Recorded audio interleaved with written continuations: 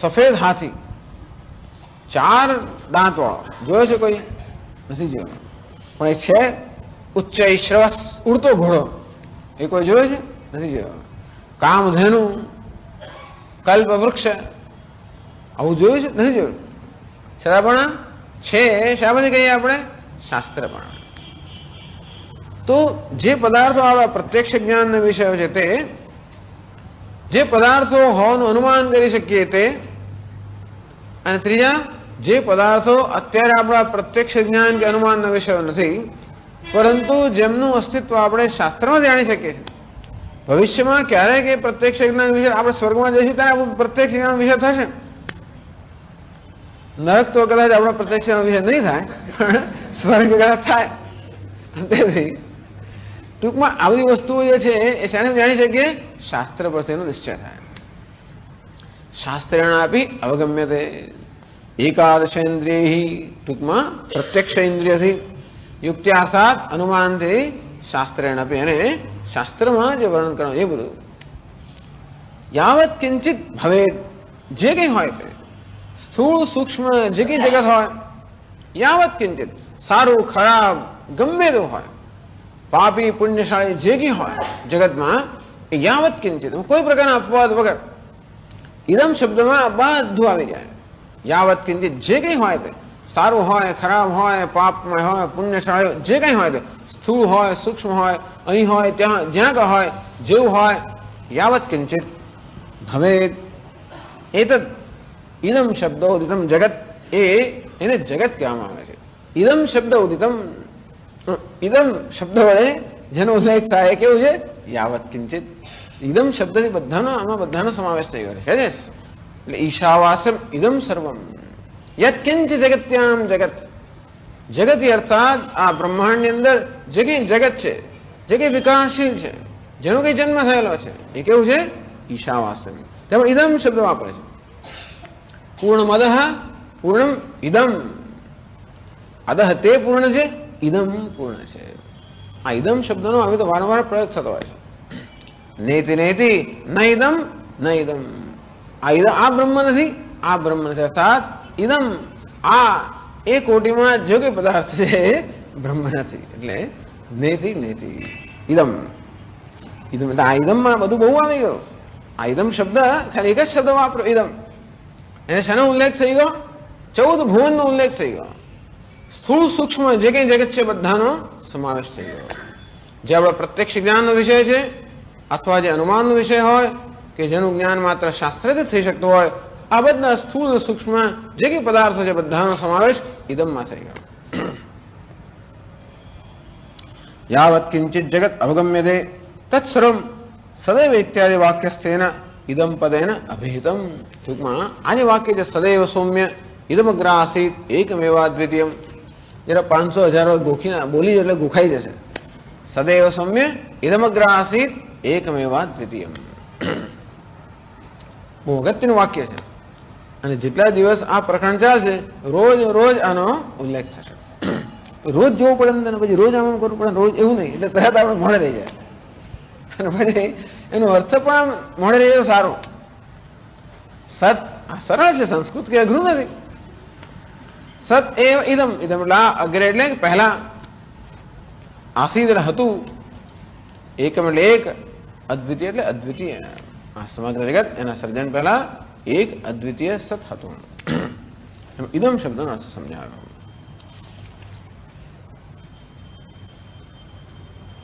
એવમ ઇદમ શબ્દસ્ય અર્થમ અભિધાય ઇદાનીમ તામ શ્રુતિમ સ્વયમેવ અર્થતઃ પઠતી. હવે ઇદમ શબ્દનો અર્થ સમજાવીને આ જે વાક્ય છે સદૈવ સૌમ્ય ઇદમગ્ર આસીદ એકમેવ અદ્વિતીયમ, એનો જ અર્થ આ 19મા શ્લોકમાં ગ્રંથકાર સ્વયં સમજાવે છે.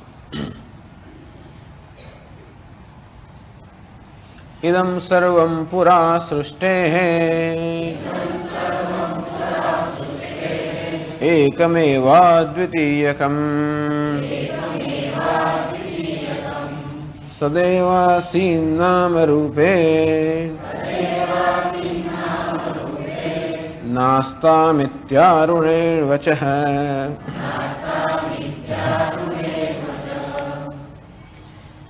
ઇદમ સર્વમ પુરા સૃષ્ટેઃ એકમેવ અદ્વિતીયમ સદૈવ આસીત. હવે ઇદમ સર્વમ, આ જગત ઇદમ છે એ શું હતું? પુરા એટલે અગ્રે શબ્દનો અર્થ કહે છે. એટલે આનું આ વાક્ય લખતા નથી, કે આ તો પેલા અનુષ્ટુપ છંદમાં આવે નહીં.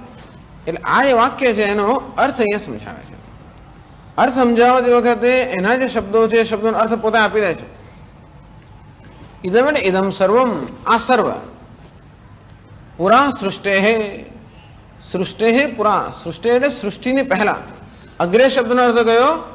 અગ્રે એટલે આગળ પહેલા. ક્યારે પુરા? સૃષ્ટે પુરા એટલે કે સૃષ્ટિની પહેલા. ટૂંકમાં જગત અત્યારે કેવું છે? વ્યક્ત છે. એની પહેલા કેવું હતું?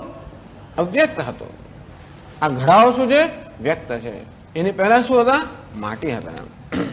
એટલે સૃષ્ટિ પુરા એકમ એવ અદ્વિતીયમ સદૈવ આસીદ. આ સમગ્ર જગત એના સર્જન પહેલા આસીદ હતું. એકમ એવ અદ્વિતીયકમ સત એવ આસીદ. તો આ જગત એના સર્જન પહેલા એક અદ્વિતીય સત માત્ર હતું, બ્રહ્મ માત્ર હતું. ટૂંકમાં જગતના સર્જન પહેલા બ્રહ્મ સિવાય કઈ હતું જ નહીં. બ્રહ્મ પણ કેવું? એકમ એવ અદ્વિતીયમ, એક અનદ્વિતીય બ્રહ્મ માત્ર હતું. આ જગતના સર્જન પહેલા એક અને અદ્વિતીય બ્રહ્મ સિવાય કંઈ જ નહોતું. અર્થાત અત્યારે જે આ અને જગત એ રીતે ઉલ્લેખને પાત્ર છે. એ જગત એના સર્જન પહેલા સત કે બ્રહ્મ એવો ઉલ્લેખને પાત્ર હતું.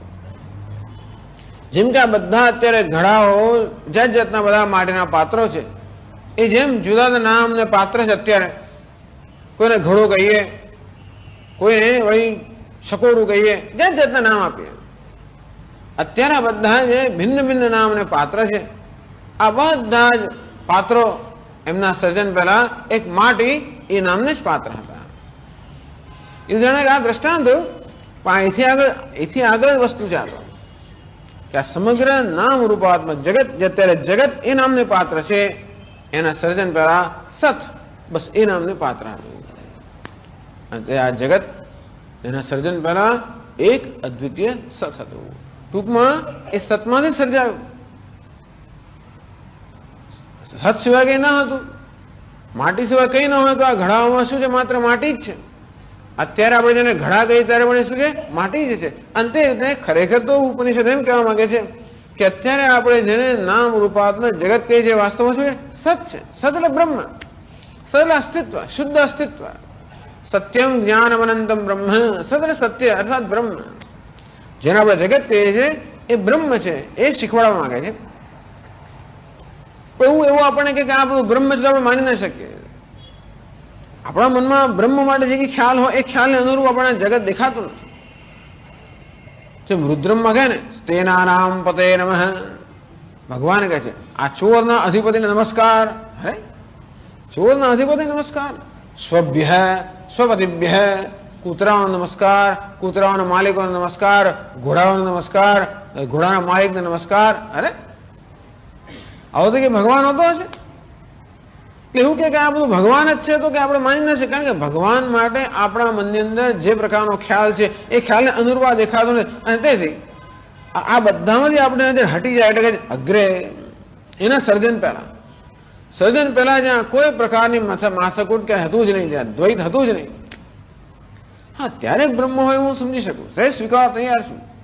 આ બ્રહ્મ હોય હું સ્વીકારવા તૈયાર નથી. પણ આ જયારે કંઈ જ નહોતું ત્યારે એક અદ્વિતીય બ્રહ્મ માત્ર હતું. એટલે ટૂંકમાં શ્વેતકેતુ આ જગતમાંથી પોતાનું ધ્યાન હટાવી લઈને એની પહેલા જે પ્રકારની પરિસ્થિતિ હતી એ એના મનમાં સર્જવાની કલ્પના કરે તો કે એક અદ્વિતીય બ્રહ્મ. પછી કહે ગુરુજી કે એ બ્રહ્મ જ આ જગત બની ગયું. એકવાર બ્રહ્મ જોયું પછી કે જો આ જગતમાં જરા જો તને દેખાય છે કે નહીં, એકવાર નર્યું સુવર્ણ જોયું પછી કે અલંકારમાં દેખાય છે કે નથી દેખાતો, એકવાર પેલા એક્ટરને બરોબર જોઈ લીધો એના વેશ વગર જેવો છે તેવો, પછી કે જો આ ભિખારી, જો પેલો પ્રધાન, જો પેલો રાજા, એમ કરીને દેખાડે. એમ પહેલા એકલા સતનો પરિચય આપે છે. પછી કહે છે કે આ નામ રૂપા જગતમાં પણ જ્યાં નજર કરીશ ત્યાં એ સતત છે. એટલે આ વાક્યનો અર્થ 19મા શ્લોકમાં આપ્યો. ઇદમ સર્વમ પુરા સૃષ્ટે આ સમગ્ર જગત સૃષ્ટિ પુરાર્થાત એના સર્જન પહેલા એકમેવા દ્વિતીયમ સદૈવ આસીત, એક અનદ્વિતીય સત અર્થાત બ્રહ્મ માત્ર હતું. ત્યારે આ જગત ક્યાં હતું? નામ રૂપે ન આસ્થા. આજે નામ રૂપ છે અર્થાત જે આપણા અનુભવના વિષય છે ન આસ્થા અમે હતા જ નહીં. ઇતિ આરુણે હે વચ. આ કોનું વચન છે? આરુણનું વચન છે. અરુણના પુત્ર આરુણી એટલે ઉદ્દાલક. ઉદ્દાલકનું બીજું નામ શું છે? આરુણી. અરુણસ્ય પત્યમ આરુણી ઉદ્દાલક. આમ અરુણ ઋષિના પુત્ર આરુણી એમનું શું કહ્યું? સરનેમ થઈ અથવા અટક થઈ. એમનું નામ કયું? ઉદ્દાલક. એનું આ વચન છે. સાત ઉદ્દાલક ઋષિએ આ વચન શ્વેતકેતુને કહ્યું. હવે એમ કહેવા માંગે છે બ્રહ્મ અત્યારે તો આપણને કેટલા ભેદ દેખાય છે ને. અત્યારે આપણને બધા ભેદભાવનો અનુભવ થાય છે, પણ આ બ્રહ્મમાં કોઈ પ્રકારનો ભેદભાવ નથી. એટલે અત્યારે માનવું બ્રહ્મ કેવું છે? સર્વ ભેદભાવ રહિત છે. આ જગત કેવું છે? બધા ભેદભાવ વાળું છે. તો જગત આટલા બધા ભેદભાવ વાળો હોવા છતાં પણ એના સર્જન પહેલા ભેદભાવ રહિત બ્રહ્મ હતું. એ જયારે સમજવું મુશ્કેલ છે. એ ક્યારે સમજાય? જયારે સમજીએ કે આ ભેદ કેવા છે? મિથ્યા છે, તો સમજાય. એટલે હવે ગ્રંથકાર આપણે સમજાવવા માંગે છે કે આ કોઈ પ્રકારના ભેદ બ્રહ્મમાં કે સતમાં નથી. તો કેટલા કયા ભેદ હોય છે? 3 પ્રકારના ભેદ હોય છે. એ પહેલા સમજાવે છે 20મા શ્લોકમાં. વૃક્ષસ્ય સ્વગતો ભેદઃ પત્ર પુષ્પ ફલાદિભિઃ વૃક્ષાંતરાત્ સજાતીયઃ વિજાતીયઃ શિલાદિતઃ.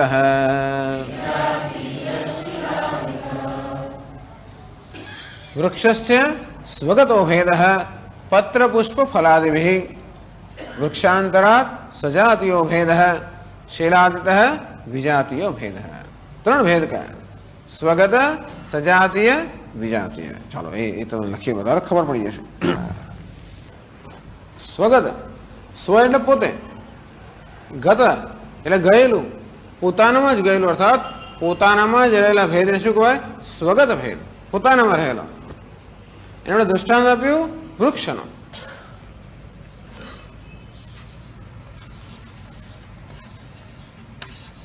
એક વૃક્ષનું દૃષ્ટાંત આપે છે. આ વૃક્ષના દ્રષ્ટાંતથી 3 પ્રકારના ભેદ સમજાવે છે. કે વૃક્ષ આમ તો એક વૃક્ષ જ કહેવાય, છતાં વૃક્ષ અનેક બધા અવયવોનું બનેલું છે. અનેક બધી ડાળીઓ હોય, અનેક બધા પાંદડા હોય, ફૂલ હોય, ફળ હોય. અને તેથી આમ વૃક્ષ એક હોવા છતાં પણ એના પાંદડા જુદા, પાંદડા કરતા ડાળીઓ જુદી, ડાળીઓ કરતા ફૂલ જુદા, ફૂલ કરતા ફળ જુદા. એ બધા કેવા છે? અંદર એ વૃક્ષ અંદર ભેદ રહેલા છે. અને તેથી આ પાંદડા, ડાળીઓ, ફળ, ફૂલ આ બધાની દ્રષ્ટિએ વૃક્ષમાં કયો ભેદ છે? સ્વગત, પોતાનામાં રહેલો ભેદ. સ્વગતનો અહીંયા અર્થ લખીએ પોતાનામાં રહેલો.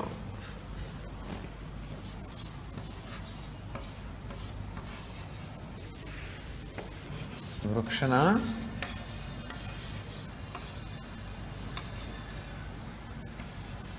પાન, ડાળી વગેરે વૃક્ષની અંદર રહેલો.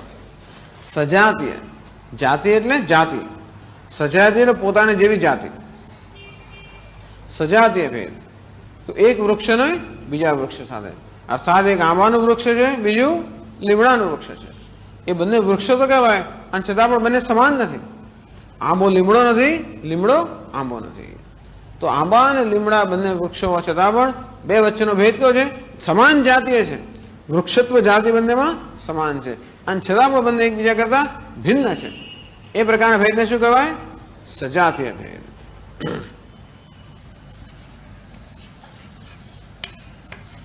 આંબો અને લીમડો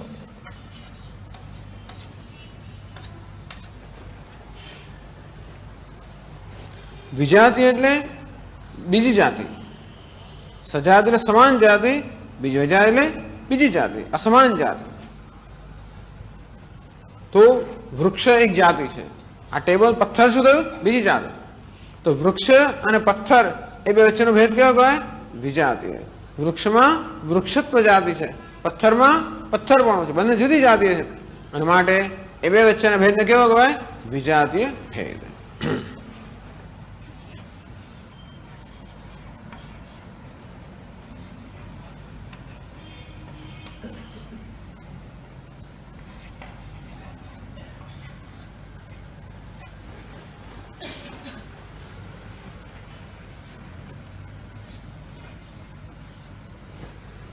બસ આ ત્રણ પ્રકારના ભેદ સમજી લેવાના. એનું આ જગત બનેલું છે. જગતમાં આ ત્રણ પ્રકારના ભેદ છે: સજાતીય, વિજાતીય, સ્વગત. આ શરીર એક છે, હાથ પગ બધા અંગો જુદા જુદા છે. એ કેવો ભેદ છે? સ્વગત ભેદ. અર્થાત જ્યારે કોઈ વસ્તુ અનેક અંગોની કે અંશોને બનેલી હોય ત્યારે વસ્તુમાં જે ભેદ છે એને શું કહેવાય? સ્વગત ભેદ. એ જ વસ્તુ એની જ જાતિની બીજી વસ્તુ સાથેનો ભેદ સજાતીય ભેદ. એ જ વસ્તુનો જુદી જાતિ સાથેનો ભેદ વિજાતીય ભેદ. ત્રણ ભેદ છે.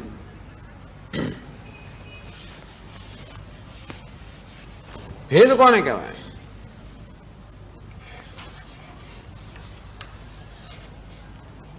ભેદ બરોબર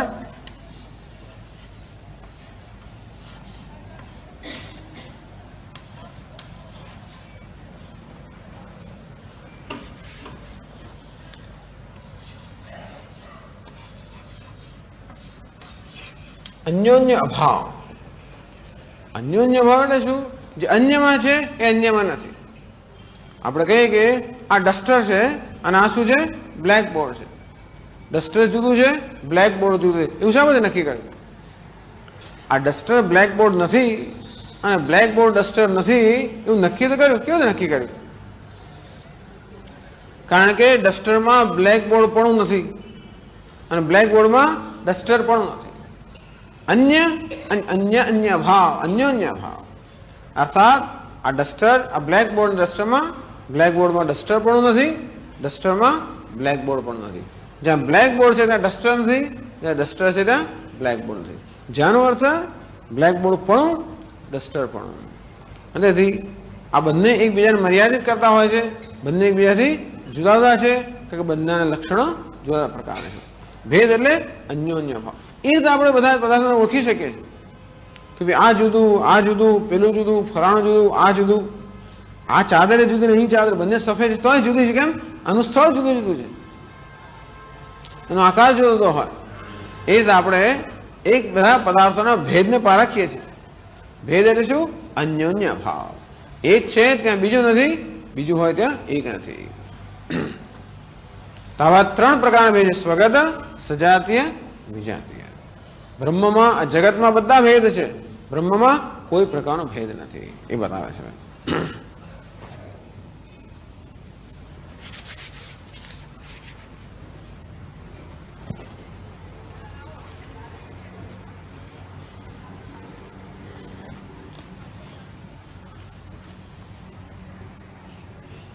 તો 21મા શ્લોકમાં કહે છે એવમ અનાત્મની ભેદત્રયમ પ્રદર્શ્ય. ટૂંકમાં જે અનાત્મા છે એ જગત છે. એ જગત કેવું છે? આ ત્રણેય પ્રકારના ભેદભાવથી યુક્ત. એનું નામ જ જગત. જ્યાં પ્રકારના ભેદભાવ હોય એનું નામ જગત કે સર્જન. બ્રહ્મ કેવું છે? આ ભેદભાવ વગરનું છે. એ બતાવવા માંગે છે. અને તો કોઈને એમ થયું કે અનાત્મામાં જો ત્રણ પ્રકારના ભેદ હોય તો આત્મામાં કેમ ત્રણ પ્રકારના ભેદ ન હોય? જગતમાં જો આ પ્રકારના ભેદ હોય તો બ્રહ્મ જે જગતનું અધિષ્ઠાન, જે જગતનું કારણ છે, એમાં કેમ ભેદ ના હોય? આપ તો કહો છો કે બ્રહ્મમાંથી આ જગત સર્જાયું, તો કારણના ગુણ કાર્યમાં હોય. આ કાર્યરૂપી જગતમાં તો બધા ભેદ જ દેખાય છે. તો એ જેમાંથી સર્જાયું એ બ્રહ્મમાં કેમ ભેદ ના હોવા જોઈએ? થોડું ગૂંચવાડા ભરેલું છે ને. આપ એક બાજુ તમે કહો છો કે કારણ અને કાર્યમાં સમાન ગુણો હોય, અંતેથી આ બધા અલંકારો સુવર્ણના બનેલા છે કારણ કે અલંકારોમાં સુવર્ણના ગુણ છે. અંતેથી કારણ કાર્ય પરથી આપણે કારણનું અનુમાન કરી શકીએ. આપણે કાર્ય જોતા હોઈએ એ પરથી કારણનું અનુમાન કરી શકીએ. ટૂંકમાં અલંકાર જોઈએ પછી અનુમાન કરી શકીએ કે અલંકારો સુવર્ણમાંથી બન્યા હોવા જોઈએ, કારણ કે અલંકારોમાં સુવર્ણના ગુણ છે. ઘડા બધા જો ખબર પડે કે ઘડા માટીમાંથી બન્યા હોવા જોઈએ, કારણ કે એમાં ગુણ છે. ઘણી વાર આપણે અનુમાન કરતા હોઈએ છીએ કે ફલાણો દીકરો પેલા ઘરડા લોકો આમ જુએ બરોબર, પેલાનો દીકરો ફલાણો દીકરો છે બધી એને એને એને ચહેરો વગેરે મળતો આવતો હોય તો નક્કી કરે, એને અનુમાન કરે કે આનો દીકરો હોવો જોઈએ. આમ કાર્ય પરથી આપણે કારણનું અનુમાન કરી શકતા હોઈએ છીએ, વ્યવહાર વારંવાર કરતા હોઈએ છીએ, કારણ કે આપણે જાણીએ છીએ કે કારણના ગુણો કાર્યમાં હંમેશા આવતા હોય છે. તો પછી આ સમગ્ર જગત કેવું છે? કાર્ય છે. એનું કારણ કયું? તો કે બ્રહ્મ. તો જગતમાં આપણે શું દેખાય છે? હંમેશા બધી જગ્યાએ ભેદભાવ દેખાય. તો આપણે અનુમાન કરીએ કે આ બ્રહ્મમાં પણ ભેદભાવ હોવો જ જોઈએ. તો કે ના, બ્રહ્મમાં ભેદભાવ નથી. અંતો કેમ નથી એ 21મા શ્લોકમાં કહે છે. કેવી રીતે આપણો ઉપનિષદ કહે છે કે બ્રહ્મમાં કોઈ ભેદભાવ નથી? તથા સદ્વસ્તુનો ભેદ ત્રયમ પ્રાપ્તમ નિવાર્યતે ઐક્યાવધારણદ્વૈત પ્રતિષેધૈસ્ત્રિભિઃ ક્રમાદ. તથા તેવી રીતે સદ્વસ્તુનઃ ભેદત્રયમ પ્રાપ્તમ, એટલે કોઈ એવી પ્રકારની કલ્પના કરે કે જેવી જગતમાં આ બધો ભેદ છે એમ બ્રહ્મમાં પણ એવો પ્રકારનો ભેદ હોવો જોઈએ, એવી આપણે સામાન્ય રીતે કલ્પના કરીએ કે સામાન્ય રીતે નિર્ણય કરીએ. અને તેથી નિવાર્યતે, ઉપનિષદ કે છે નહીં, ઉપનિષદ એનું અર્થાત એ વિચારનું નિવારણ કરે છે. કેવું નિવારણ કરે છે? કે બ્રહ્મમાં કે સતમાં કોઈ પ્રકારનો ભેદ નથી એવું ઉપનિષદ કઈ રીતે જાહેર કરે છે?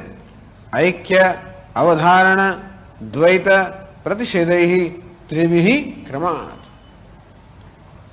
એટલે સતનું વિશેષણ કહે છે એકમેવા અદ્વિતીયમ. જો તમે નોટમાં જોશો લખા છે સદૈવ સૌમ્ય ઇદમ અગ્રહાસીત એકમેવા, બધું ન લખું ચાલે, તમારી નોટમાં છે ને એકમેવા દ્વિતીયમ, એકમ એવ અદ્વિતીયમ. સત કેવું છે? એકમ એવ અદ્વિતીયમ. એકમ એટલે કેવું? એક. એવ એટલે જ, અદ્વિતીયમ અર્થાત અદ્વિતીય, એક જ અદ્વિતીય છે. સત એક જ અદ્વિતીય છે. આમ સત અર્થાત બ્રહ્મનો વર્ણન કર્યું. એક જ અદ્વિતીય, એકમ એવ અદ્વિતીય. આ ત્રણ શબ્દો વાપરીને આ શ્રુતિ ત્રણેય પ્રકારના ભેદનું નિરાકરણ કરે છે, ત્રણેય પ્રકારના ભેદનો નિષેધ કરે છે. એક જ છે અર્થાત એમાં સ્વગત ભેદ નથી, એક જ છે અર્થાત એમાં સજાતીય ભેદ નથી, અને અદ્વિતીય છે અર્થાત એમાં વિજાતીય ભેદ નથી. ત્રણ શબ્દો વાપર્યા. એક જ અદ્વિતીય. એક કયું કે ભાઈ એ તો નિરવયવ છે, એમાં સ્વગત ભેદ નથી. એક જ એવ એમ કહીને કહ્યું કે એમાં સજાતીય ભેદ નથી. અદ્વિતીય એમ કહીને કહ્યું કે એમાં વિજાતીય ભેદ નથી. એમ બ્રહ્મ આ સ્વગત, સજાતીય અને વિજાતીય આ ત્રણેય ભેદ રહિત છે એવું શ્રુતિ કેવી રીતે કહે છે? એકમ એવ અદ્વિતીયમ. આ ત્રણ શબ્દો, ત્રણ વિશેષણ બ્રહ્મ માટે વાપરીને બ્રહ્મને આ ત્રણ પ્રકારના ભેદોમાંથી મુક્ત છે એવું જાહેર કરે છે. એ સમજાવો છો ગ્રંથકાર કેવું બ્રહ્મમાં આ કોઈ પ્રકારના ભેદ નથી.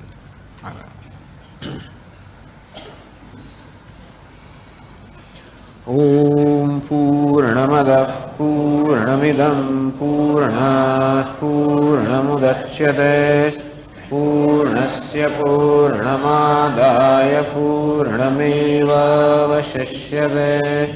ઓમ શાંતિ શાંતિ શાંતિ. શંકરં શંકરાચાર્યં કેશવં બાદરાયણં સૂત્રભાષ્યકૃતો વંદે ભગવન્તો પુનઃ પુનઃ. ઈશ્વરો ગુરુરાત્મેતિ મૂર્તિભેદવિભાગિને વ્યોમવદ્વ્યાપ્તદેહાય દક્ષિણામૂર્તયે નમઃ.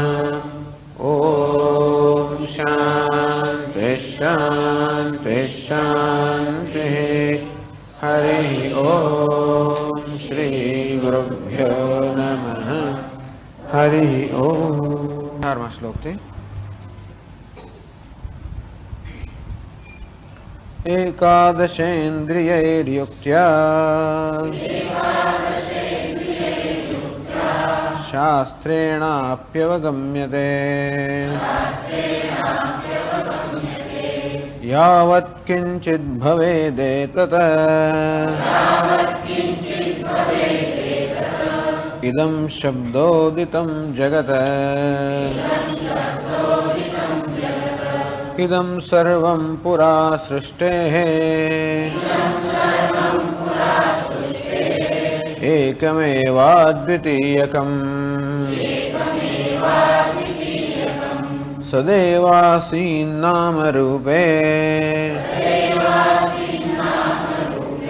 नास्तामित्यारुरेण्वचः वृक्षस्य स्वगतो भेदः पत्रपुष्पफलादिभिः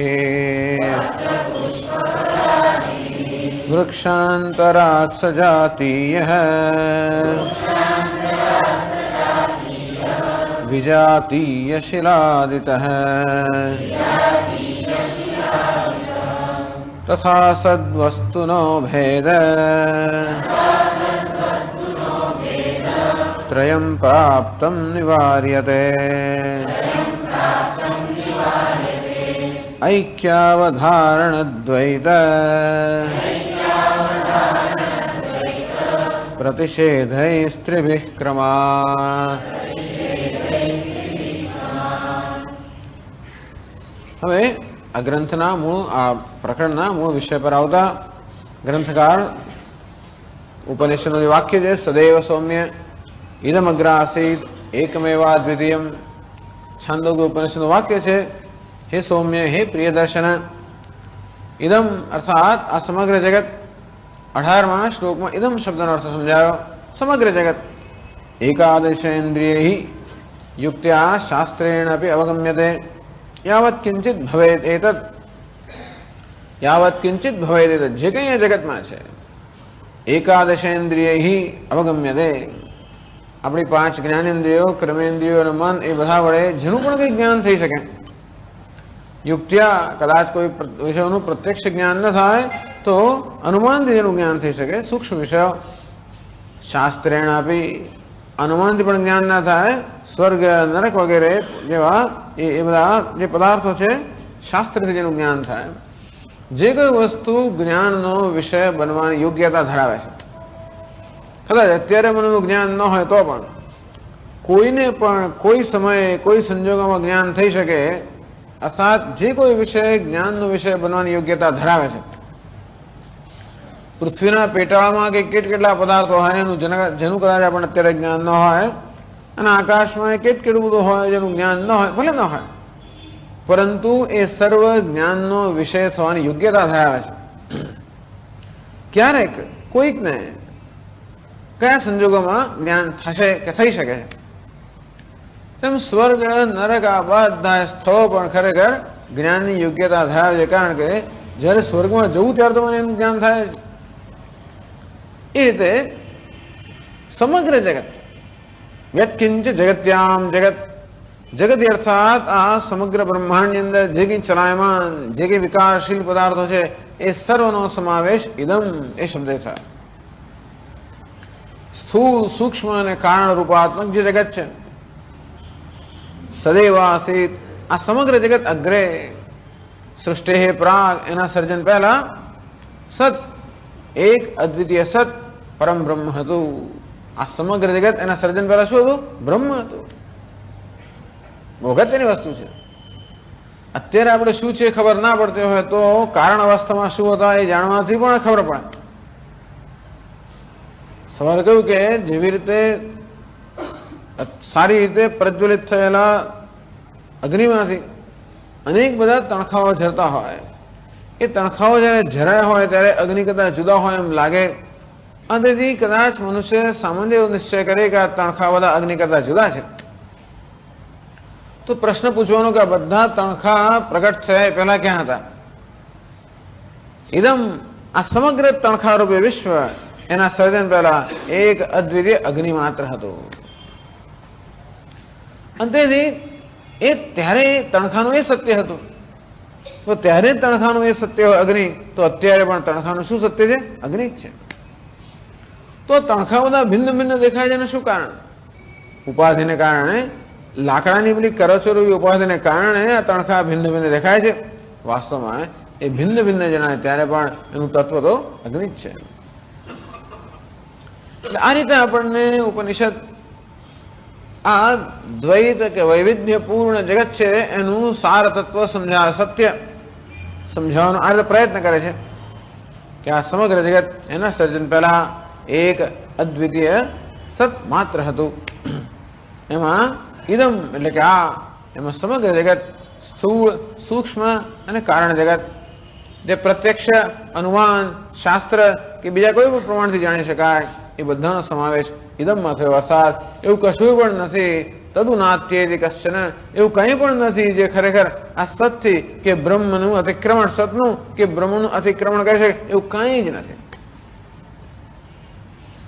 સર્વ અવસ્થામાં જાગ્રત, સ્વપ્ન અને સુષુપ્તિ, સ્થૂળ, સૂક્ષ્મ અને કારણ, ભૂત, વર્તમાન અને ભવિષ્ય, ભૂઃ ભુવઃ સુવઃ, પુરુષમેવેદગુમ સર્વમ યદ ભૂતમ ભૂતમ યચ્ચ ભવ્યમ. આ ભૂત, ભવ્ય અને વર્તમાન જે કઈ છે એ સર્વ પુરુષ એવેદગુમ, ઇદગુમ સર્વમ પુરુષ એવ. આ જે કઈ છે પુરુષ જ છે, અર્થાત પરમાત્મા જ છે. બસ આનું આ સત્ય ભિન્ન ભિન્ન રીતે આપણે કહેવામાં આવતો હોય છે. આમાં બધું દ્વૈત વૈવિધ્યપૂર્ણ જગતનું પણ સાર તત્વ એક જ છે. બસ આ એક દ્રષ્ટિ સતત આપણી સમક્ષ પ્રસ્તુત કરવામાં આવે છે. અંતેથી 19મા શ્લોકમાં એનો જ અર્થ સમજાયો. ઇદમ સર્વમ પુરા સૃષ્ટેઃ એકમેવા દ્વિતીયકમ સદૈવ આસીત. ઇદમ શબ્દથી જે એકનો નિર્દેશ થાય છે એવું સમગ્ર સ્થૂળ સૂક્ષ્મ જગત પુરા સૃષ્ટેઃ, સૃષ્ટિ અર્થાત સર્જનની પહેલા, એકમેવા દ્વિતીયમ સદૈવ આસીત, એક અનદ્વિતીય જે સત છે, બ્રહ્મ છે એ જ હતું. નામ રૂપે ન આસ્થા, એ પોતે ઉમેર્યું. વાક્યમાં એટલું કહ્યું છે સદૈવ સૌમ્ય ઇદમગ્ર આસીત એકમ એવ અદ્વિતીયમ સત એવ આસીત. એવકાર સદૈવ આસીત, સત જ હતું. આ જકાર જયારે વાપરી ત્યારે કશું નહોતું એ પણ નક્કી થયું. એક જ હતું એટલે શું? એક સિવાયનું કંઈક નહોતું, હું જ હતો. એટલે શું? મારા સિવાય કોઈ નહોતું એ પણ કહી શકાય. હું જ હતો એમ જયારે કહી ત્યારે એનો અર્થ એ પણ થયો કે મારા સિવાય કોઈ નહોતું. તેમ સત જ હતું. એનો અર્થ એ થયો કે સત સિવાય બીજું કઈ નહોતું. એટલે કે છે નાસ્તા નામ રૂપે નાસ્તા, એટલે કે નામ રૂપ ત્યારે ન હતા. એક અદ્વિતીય સત માત્ર હતું, નામ રૂપ ત્યારે ન હતા. એથી આરુણે હે વચઃ, એટલે સદ એવ, એવકારનો અર્થ કર્યો.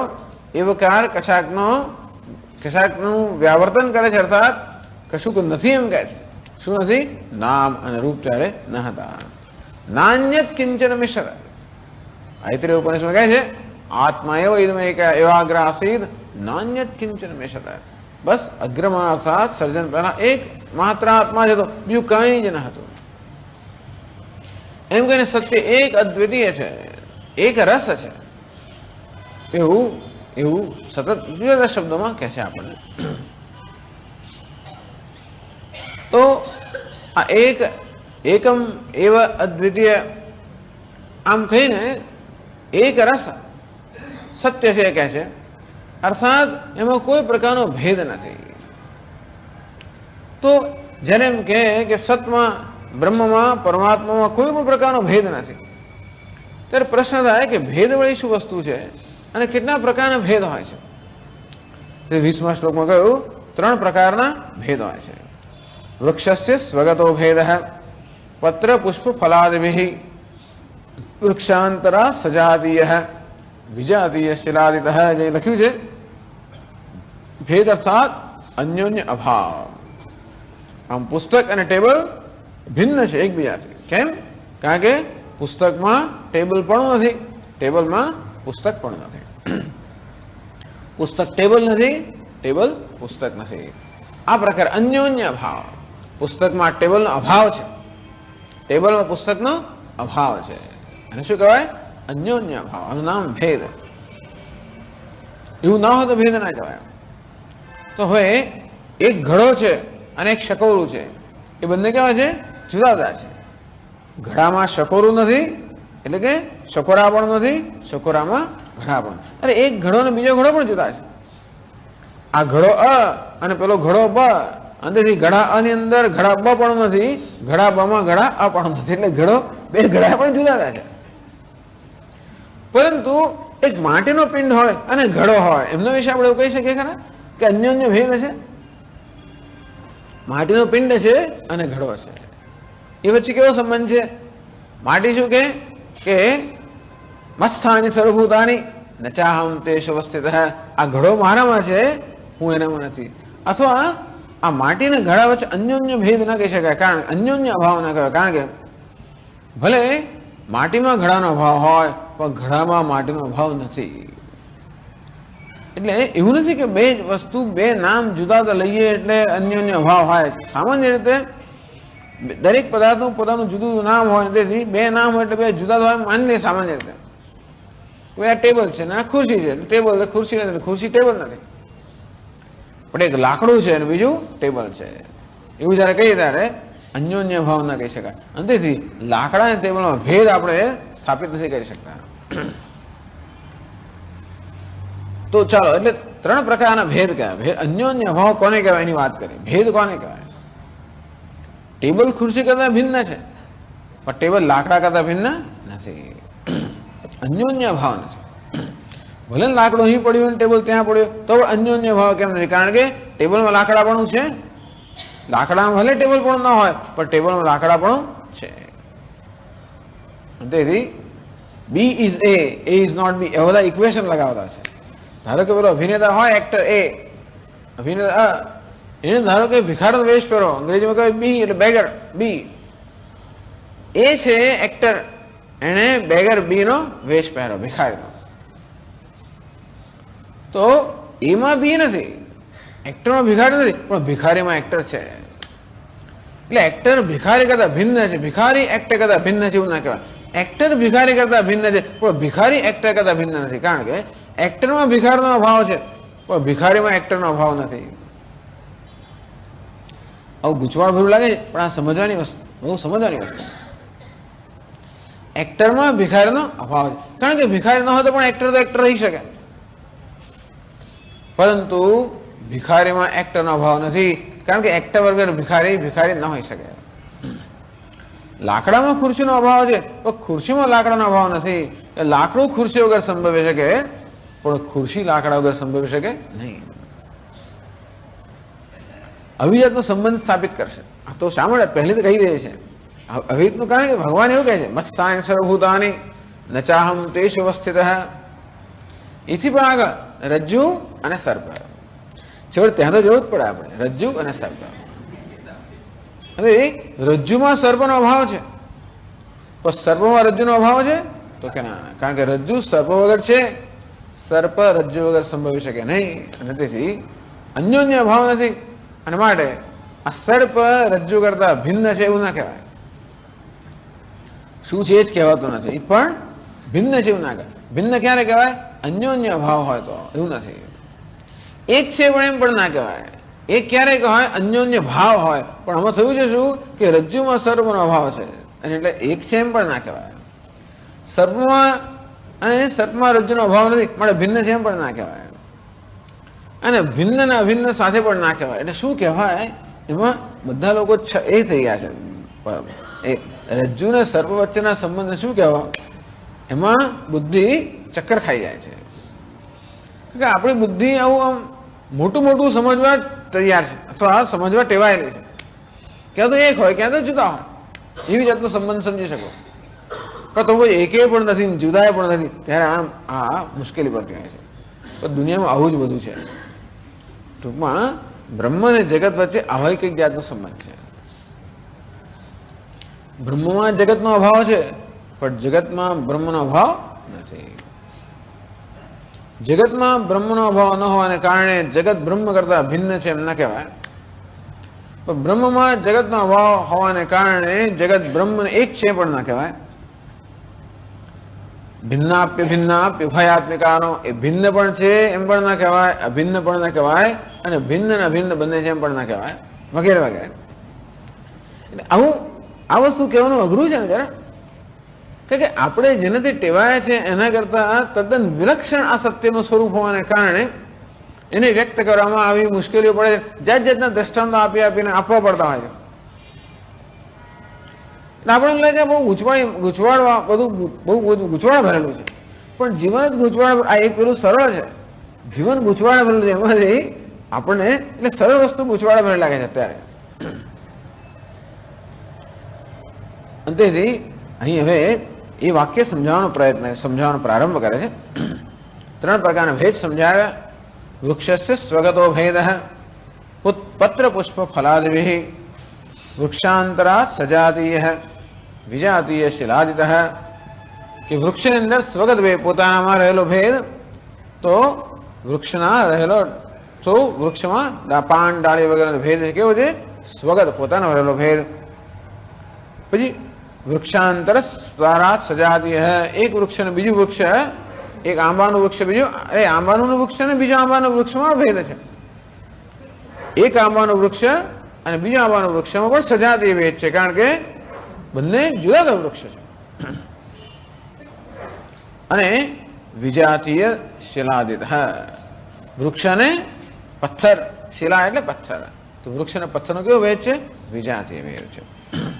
બસ આવા સજાતીય, વિજાતીય અને સ્વગત, આ 3 પ્રકારના ભેદ છે.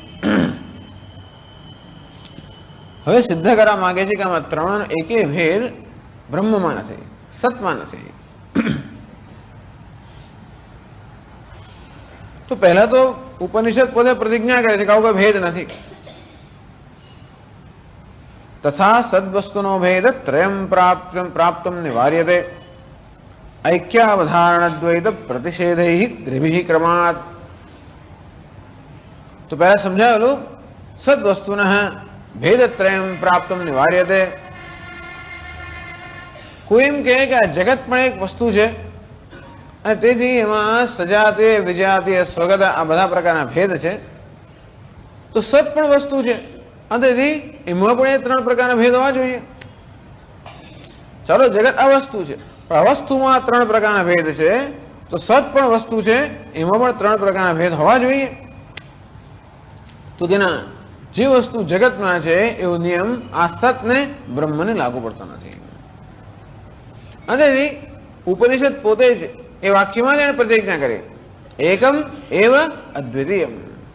આ સત જે છે એનું વિશેષણ આપ્યું, એકમ એવ અદ્વિતીયમ. સત કેવું છે? એક. એવ એટલે જ, એક જ, અદ્વિતીય સત્ય, સત છે. એમ કહીને ગ્રંથકાર કહે છે કે સ્વગત, સજાતીય અને વિજાતીય આ 3 ભેદનું ત્યાં નિરાશ કરી દો. એકમ કહીને એમ કહ્યું કે કોઈ પ્રકારનો સ્વગત ભેદ નથી, એવ કહીને એમ કહ્યું કે સજાતીય ભેદ નથી, અદ્વિતીય કહીને કહ્યું કે વિજાતીય ભેદ નથી. એ તો પ્રતિજ્ઞા કરી. હવે નથી કહ્યું એટલે કેવું છું માની લઈએ. શા પરથી કહો છો કે બ્રહ્મમાં કે સતમાં સજાતીય, વિજાતીય કે સ્વગત ભેદ નથી, એવું સિદ્ધ કહી શકો. તો હવે એક પછી એક ભેદનું સતમાં નિરાશ કરે છે, નિરાકરણ કરે છે. સદ્વસ્તુનઃ તાવત ન સ્વગત ભેદ શંકિતુમ શક્યતે અસ્ય નિરવયવત્વાत्. તો સ્વગત ભેદ, પોતાનામાં રહેલો ભેદ એ ક્યારે હોઈ શકે? જ્યારે કોઈ પણ વસ્તુ અનેક બધા અવયવોની કે અનેક અંશની બનેલી હોય ત્યારે જ સ્વગત ભેદ હોય. જેમ કે વૃક્ષ અનેક બધા અવયવોનું બનેલું છે, અનેક બધી ડાળીઓ અને પાંદડા અને પુષ્પ અને આ બધાનું અનેક અવયવોનું કે અંશોનું બનેલું હોવાને કારણે વૃક્ષમાં સ્વગત ભેદ છે. આપણું શરીર પણ અનેક બધા અવયવોનું બનેલું હોવાને કારણે શરીરમાં પણ સ્વગત ભેદ છે. અર્થાત હાથ, પગ, મસ્તક આ બધા અવયવો એકબીજા કરતા ભિન્ન છે અને તેથી શરીરમાં સ્વગત ભેદ છે. આમ તો દુનિયા દરેક પદાર્થમાં કોઈ પણ પદાર્થ એવું નથી જે કોઈક અંશમાંથી ન બન્યા હોય. જે કંઈ પદાર્થો છે બધા કોઈ અણુમાંથી, પરમાણુમાંથી, એમાંથી જ બનેલા હોવાને કારણે દરેક જગ્યાએ સ્વગત ભેદ છે. એ તો વૃક્ષનું દ્રષ્ટાંત આપ્યું કે આપણે સ્પષ્ટ જોઈ શકીએ, કે શરીરનું દ્રષ્ટાંત આપ્યું સ્પષ્ટ જોઈ શકીએ એટલે. અને આ પેનમાં કદાચ સ્પષ્ટ ન દેખાતો હોય માટે પણ આપણે જાણીએ છીએ કે આ પેન પણ અનેક બધા અણુઓની બનેલી છે. અને તેથી પેન પણ કેવી છે? અનેક અણુઓ ધરાવનાર હોવાને કારણે સ્વગત ભેદ. અણુ પોતે કેવો છે? અનેક પરમાણુ બનેલો છે, એમાં સ્વગત ભેદ છે. પરમાણુ કેવો છે? અનેક બધા ઇલેક્ટ્રોન, પ્રોટોન, ન્યુટ્રોન બનેલો છે, માટે એમાં સ્વગત ભેદ છે. તો ઇલેક્ટ્રોન કેવો છે? જ્યાં જાઓ ત્યાં બધી જગ્યાએ કોઈ ને કોઈ પ્રકારના અવયવ હોય જ છે. ટૂંકમાં આ જગતમાં કોઈ પણ નિરવય વસ્તુ નથી. બધી જ વસ્તુઓ કોઈ ને કોઈ બધા સ્વગત ભેદ નથી. કેમ? નિરવયવત્વાત. બ્રહ્મમાં કોઈ અવયવ નથી. બ્રહ્મ કોઈ અવયવનું બનેલું નથી. બ્રહ્મ બનેલું જ નથી. જે વસ્તુ બનેલી હોય એ હંમેશા અવયવ વાળી જ હોય.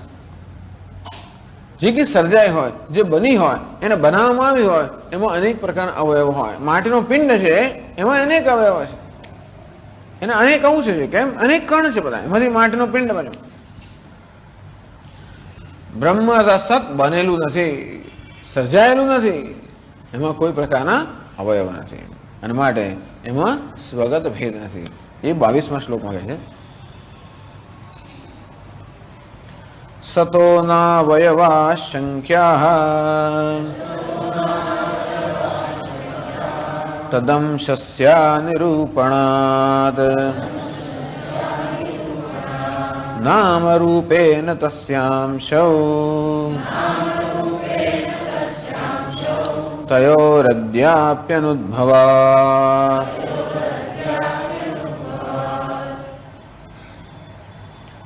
સતઃ ન અવયવાહ શંક્યાહ. આ સતમાં, બ્રહ્મમાં, પરમાત્મામાં અવયવો છે, અર્થાત એ અનેક બધા અંગનું કે અનેક અંશનું કે અનેક અવયવોનું બનેલું છે, એવી શંકા ન કરવી જોઈએ. કેમ? તદ અંશસ્ય અનિરૂપણાત. કોઈ પણ જગ્યાએ આપણે એવું નથી વાંચ્યું શાસ્ત્રમાં ક્યાંય પણ ક્યાં પરમાત્મા કે બ્રહ્મ અનેક અવયવોનું બનેલું હોય. નિષ્કલહ, નિષ્ક્રિય, શાંત. હંમેશા એનું શું? નિષ્કલહ. નિષ્કલહ એટલે સર્વ કળાઓથી રહિત, સર્વ અવયવોથી રહિત. આમ જ્યાં પણ સતનું કે બ્રહ્મનું શાસ્ત્રમાં નિરૂપણ કરવામાં આવે છે, તે હંમેશા એ નિરંશ હોય, નિરવયવ હોય, એ પ્રકારનું નિરૂપણ થયું છે. તો પ્રશ્ન થાય છે કે નામ રૂપયો સદવયત્વમ કિમ ન સ્યાત. પણ આપ તો કહો છો કે દરેક પદાર્થમાં 5 અંશ છે: અસ્થિ, ભાતિ, પ્રિયમ, રૂપ અને નામ. તો અસ્થિ, ભાતિ, પ્રિય અર્થાત પેલું સત કે બ્રહ્મ, અને એની સિવાય જે નામ રૂપ છે, એ નામ રૂપ કેમ આ બ્રહ્મના કે સતના અંશ ના બની શકે? એટલે આપણે કયા વાક્યની ચર્ચા કરી છે? સદૈવ સૌમ્ય ઇદમ અગ્ર આસીત એકમેવા દ્વિતીયમ. આ વાક્ય લખી રાખવું જોઈએ. એટલે તમે લખી જ રાખો આમ, એટલે પછી યાદ ન રહ્યું હોય તો, યાદ ન રહ્યું હોય તો લખી રાખો. એટલે જેટલી વાર ઉચ્ચારણ થાય એટલી વાર બરોબર ખબર પડે. અગ્રે આસીત. આ સત સમગ્ર જગત નામ રૂપાત્મક જગતના સર્જન પહેલાની આ પરિસ્થિતિની આપણે ચર્ચા કર્યા ત્યારે એક સત એક માત્ર હતો. જ્યારે આ નામ રૂપાત્મક જગતનું સર્જન થયું નહોતું ત્યારે એ અવસ્થાની અંદર એક અદ્વિતીય સત માત્ર હતું. અને તેથી કહે છે નામ રૂપે તસ્યાંશૌ. આ નામ રૂપ આ સતના અંશ છે એમ ન કહી શકાય. તયો અદ્યાપી અનુદ્ભવાત. કે હજી એમનો ઉદ્ભવ જ થયો નથી. આપણે તો સત એક અનદ્વિતીય હતું.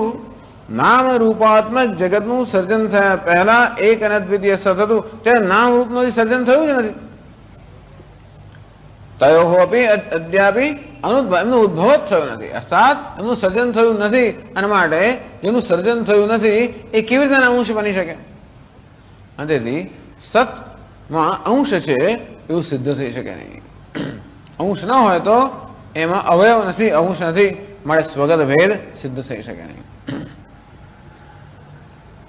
કુતો નામ રૂપયો અભાવ. શા પરથી કહો છો કે તે વખતે આ નામ રૂપનો અભાવ હતો, અર્થાત નામ રૂપ હતા જ નહીં, એવું શા પરથી કહો છો? તો એવી શંકાનો ઉત્તર આપે છે 23મા શ્લોકમાં. નામ રૂપોદ્ભવસ્યૈવ સૃષ્ટિત્વાत् સૃષ્ટિતઃ પુરા ન તયોરુદ્ભવસ્તસ્માદ્ નિરંશં સદ્યથા વ્યત.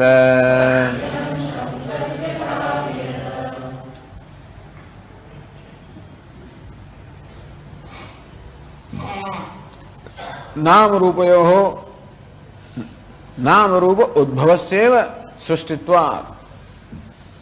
જ્યારે સર્જન થયું જ નથી, સર્જન કોને કહેવાય? સર્જન નો અર્થ નામ અને રૂપ નો ઉદ્ભવ થયો, એનું નામ સર્જન. સર્જન એટલે સર્જન થવામાં કે નવું કશું થતું જ નથી. જેવી રીતે માટીમાંથી ઘડાનું સર્જન થયું તો શું થયું? માટી જે પિંડમાં હતી એનું ઘડા રૂપમાં સર્જન થયું આપણે કહીએ તો ઘડામાં શું વસ્તુ છે? માટી અને નામ અને રૂપ. માટીનું સર્જન થયું જ નથી કે માટીનો પિંડ તો હતો જ અને ઘડામાં હજી પણ માટી જ છે, એટલે માટીનું સર્જન થયું એમ તો ના જ કહેવાય. તો શેનું સર્જન થયું? નામ અને રૂપનું. ઘડો એ નામ છે અને એનું પેલું એક રૂપ છે. તેથી આપણે જેને સર્જન કહીએ છીએ એ શું છે? માત્ર નામ અને રૂપનો ઉદ્ભવ થયો નામ સર્જન. આમ સુવર્ણ અલંકારો બનવા એ પણ શું છે? અલંકારના નામ રૂપનું સર્જન છે. મૂળ વસ્તુનું તો સર્જન થતું નથી, ઉપાદાન કાળનું સર્જન થતું નથી, પણ એમાં નામ રૂપનો અધ્યારોપ છે. વસ્ત્રનું સર્જન એટલે શું? જે સૂતર છે એમાં નામ રૂપનો અધ્યારોપ. એટલે કહે છે કે નામ રૂપોદ્ભવસ્યૈવ સૃષ્ટિત્વાत्. આ નામ અને રૂપનો ઉદ્ભવ થયો એનું નામ સર્જન. એથી વધારે સર્જન કઈ છે નહીં. આપણે શું કહે છે? સદૈવ સૌમ્ય ઇદમગ્ર આસીત. એક મિનિટ, પછી પછી લખવાનું એક આગળ હતું, નીચે પછી લખાય છે પાછા.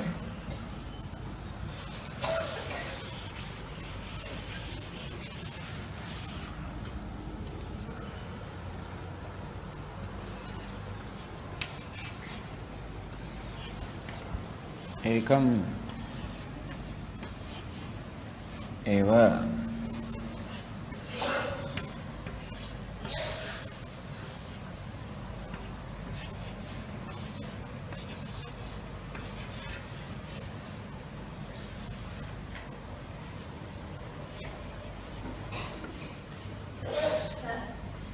અદ્વિતીયમ, એક જ અદ્વિતીય સત. આ એકમ એવ અદ્વિતીયમ કોનો વિશેષણ છે? સતનો. એકમ એવ અદ્વિતીય સત એવ ઇદમ અગ્ર આસીત. એકદમ આ એટલે સમગ્ર જગત પૂર્વે એટલે સૃષ્ટિના પહેલા એક અદ્વિતીય સત જ હતું, એવો વાક્યનો અર્થ હતો. બસ આવા આ સમજાવે છે. એટલે કહ્યું કે નામ રૂપોદ્ભવસ્યૈવ સૃષ્ટિત્વાत्. ત્યારે તો સત સિવાય કઈ નહોતું, નામ રૂપ હતા જ નહીં. અગ્રે એટલે પૂર્વે, નામ રૂપના સર્જન પહેલા.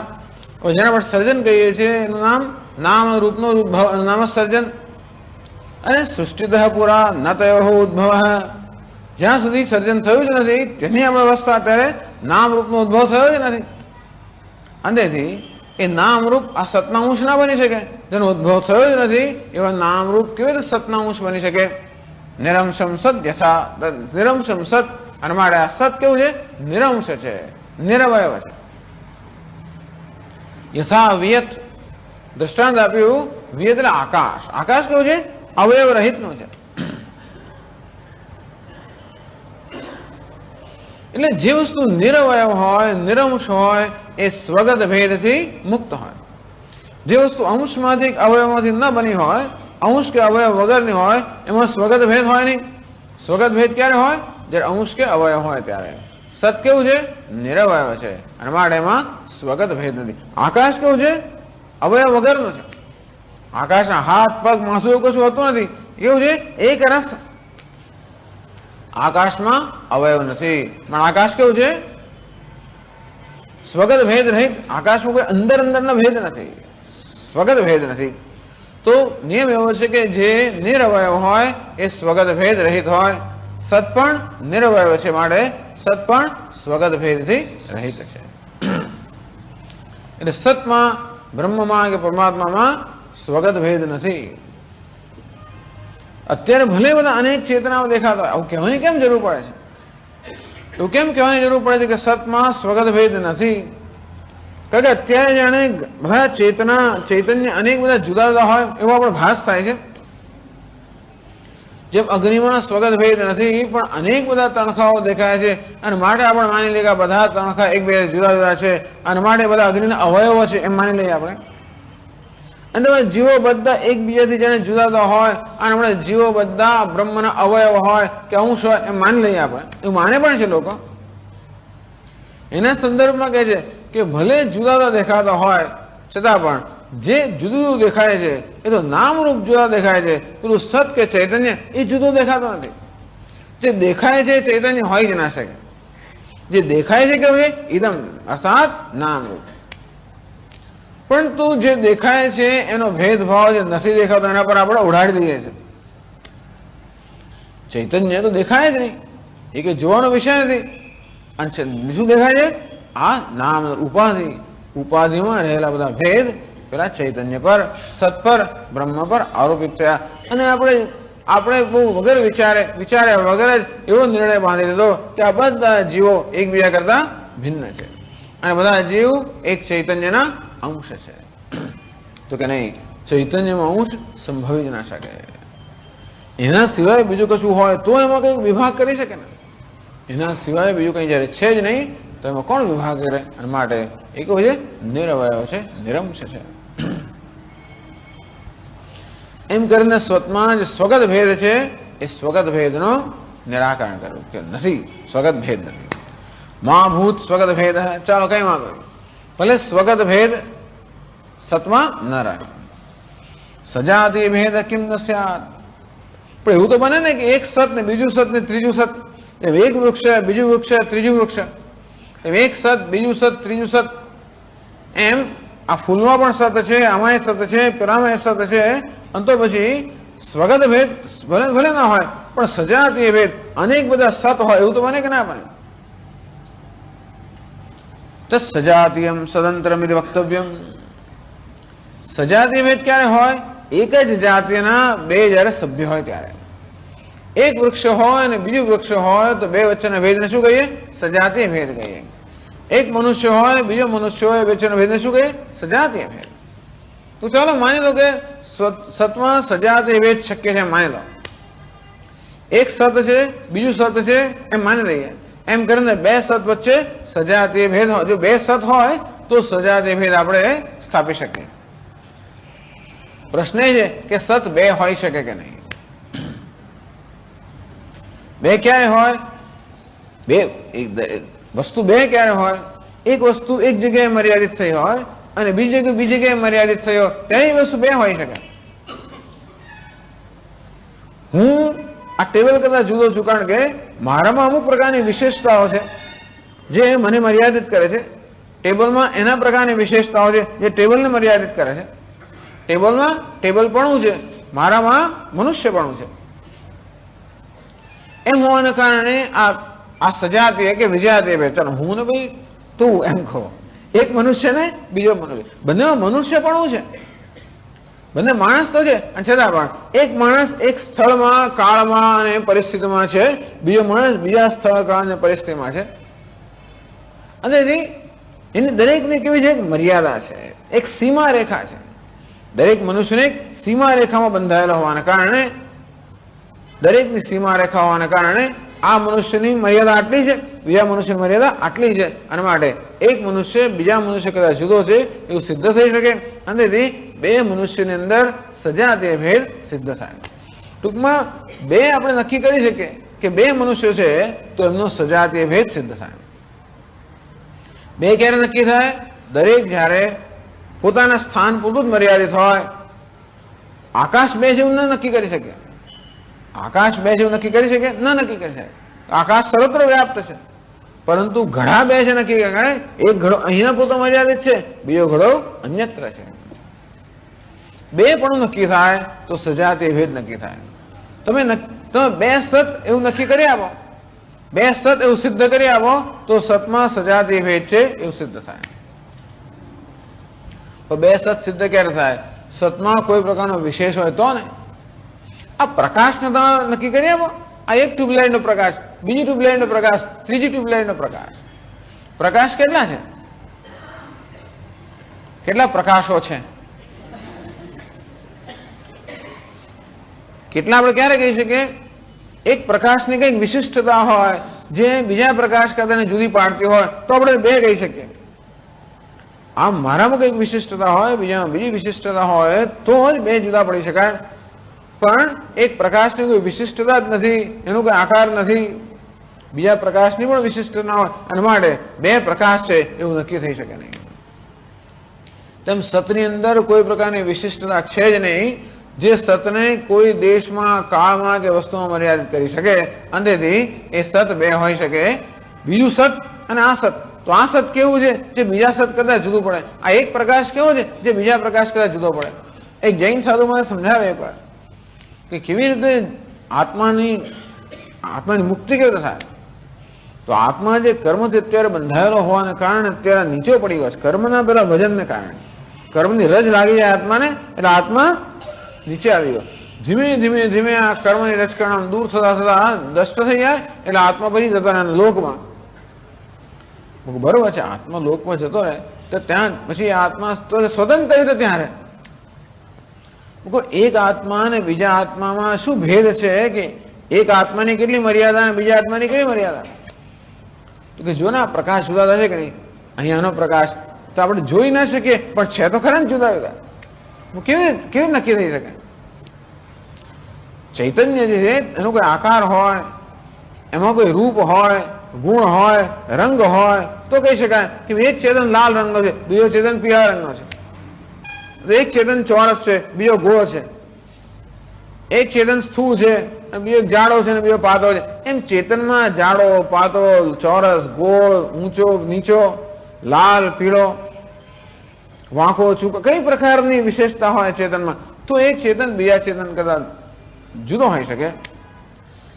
પણ ચેતનમાં કે સતમાં કોઈ પ્રકારની વિશેષતા છે જ નહીં. અને માટે એક સત કરતા બીજું સત જુદું છે એવું નક્કી ન થઈ શકે. અને તેથી સતની અંદર બીજા સજાતીય ભેદ પણ નથી. એ કહે છે 24મા શ્લોકમાં, સદંતરમ સજાતીયમ ન વૈ લક્ષણ્યવર્જનાત નામ રૂપોપાધિભેદમ વિના નૈવ સતોભિદા.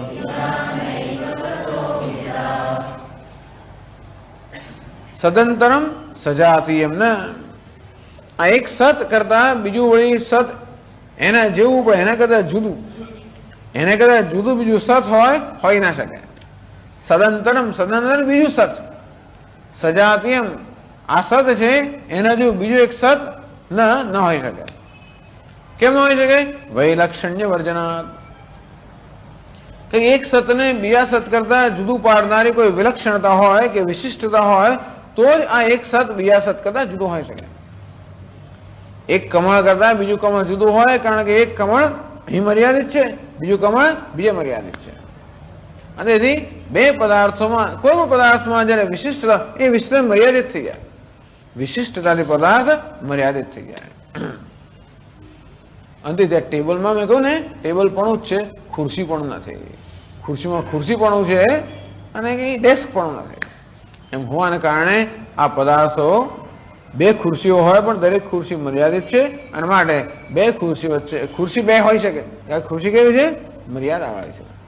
સત બે ના હોય છે કારણ કે સતમાં કોઈ મર્યાદા નથી, વિશેષતા, એનો કોઈ આકાર નથી, એનો કોઈ રંગ નથી, એમાં કોઈ રૂપ નથી, એમાં કોઈ ગુણ નથી, કોઈ પ્રકારની વિશેષતા સતમાં છે જ નહીં. વૈલક્ષણ્ય વર્જનાત કોઈ પ્રકારની વિલક્ષણતા સતમાં ન હોય અને તેથી સત બે છે એવું સિદ્ધ જ ના થઈ શકે. એમ હોવાને કારણે સતમાં સજાતીય ભેદ છે એ સિદ્ધ ના થાય. કોઈ પણ એક જ જાતિના બે સભ્યો હોય તો બે વચ્ચે સજાતીય ભેદ હોય. આ સત જાતિની બે સભ્યો હોય જ ના શકે, કારણ કે સતમાં કોઈ પ્રકારની વિશેષતા છે નહીં. અને તેથી એક સતનું ક્યાં પૂરું થયું, બીજું સત ક્યાં શરૂ થયું? એક પ્રકાશ ક્યાં પૂરો થયો અને બીજો પ્રકાશ ક્યાં શરૂ થયો?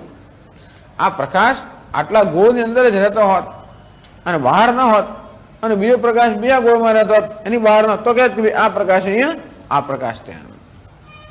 પ્રકાશનો કોઈ આકાર નથી, એની કોઈ મર્યાદા નથી, એની કોઈ સીમા રેખા નથી. અને માટે એક પ્રકાશને બીજા પ્રકાશથી જુદો ના પાડી શકાય. પણ પ્રકાશ બે છે એ જ નક્કી ના થઈ શકે. અને જો બે ન હોય તો પછી સજાતીય ભેદ સિદ્ધ ના થાય. એક જ જાતિના બે સભ્યો હોય તો એ બે વચ્ચે સજાતીય ભેદ છે. તો પ્રકાશ જાતિના બે સભ્યો નથી, કારણ કે એક પ્રકાશ ને બીજો પ્રકાશ એવા જુદા પ્રકાશ નથી.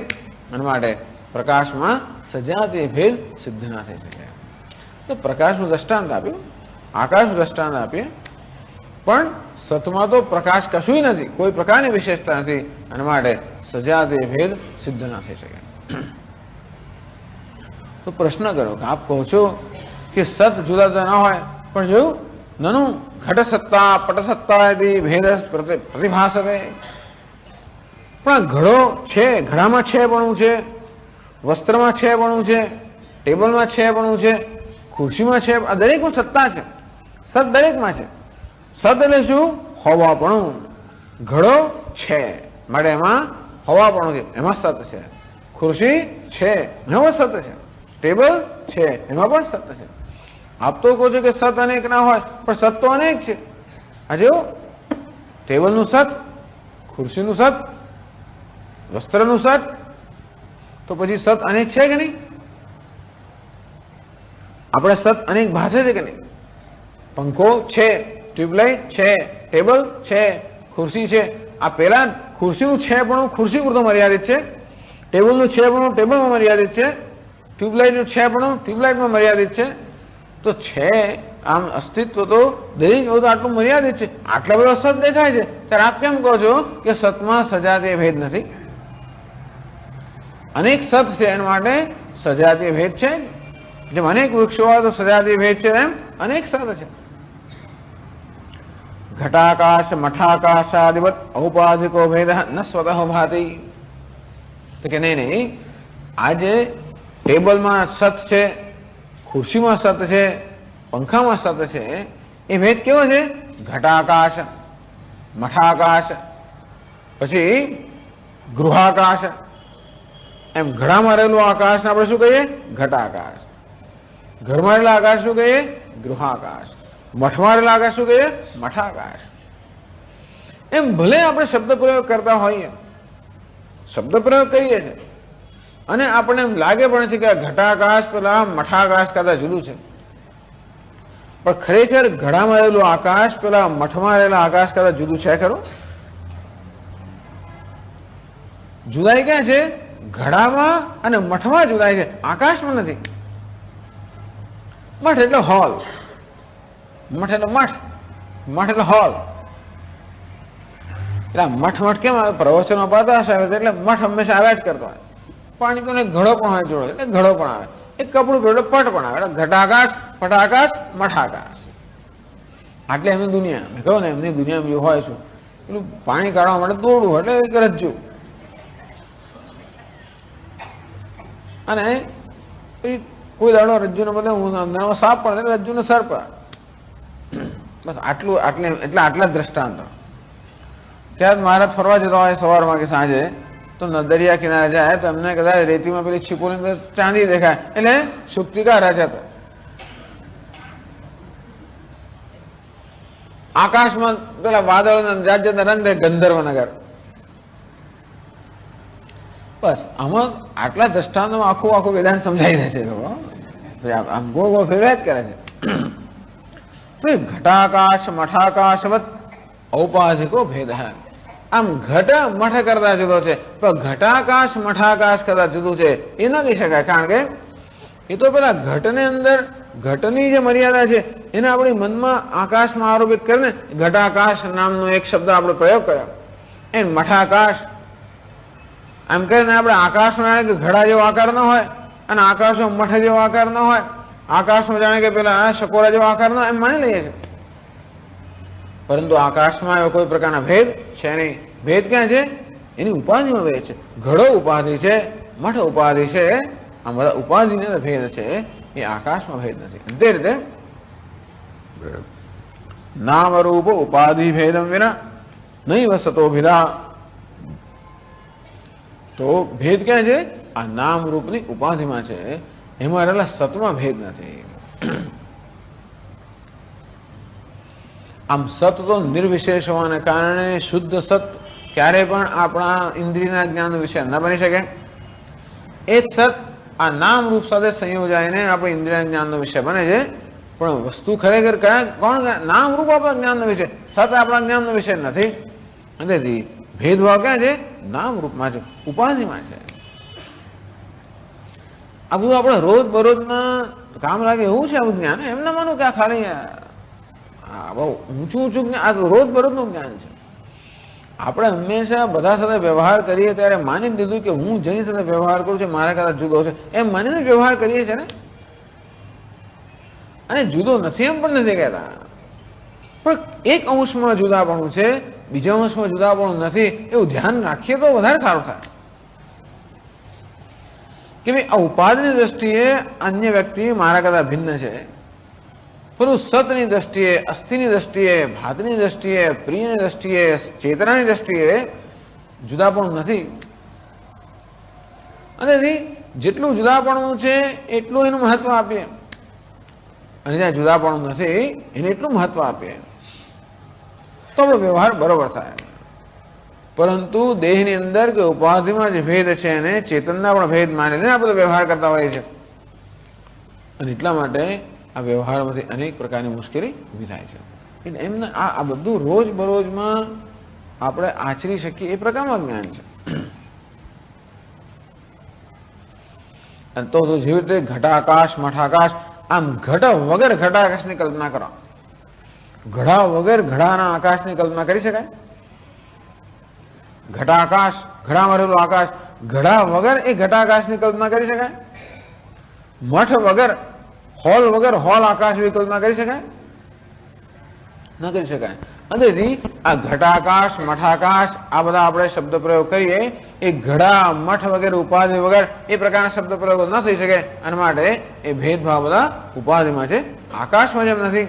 અને તે રીતે આ બધા નામ રૂપમાં જે સત છે એ નામ રૂપ વગર એ સતની આપણે જુદું ન પાડી શકીએ. એ ભેદ ક્યાં છે? નામ રૂપમાં છે, સતમાં નથી. અને માટે સતમાં સજાતીય ભેદ પણ નથી, બીજું કોઈ સત નથી, એક જ સત છે. ભલે ભિન્ન ભિન્ન દેખાતો હોય પણ એ ભેદ ક્યાં છે? નામ રૂપમાં છે, સતમાં નથી. ચાલો, સ્વગત ભેદ પણ નથી, સજાતીય ભેદ પણ ભલે વિજાતીય ભેદ તો ખરો ને. ભવતુ તરહી વિજાતીયા ભેદ ઇતિ આશંક્ય.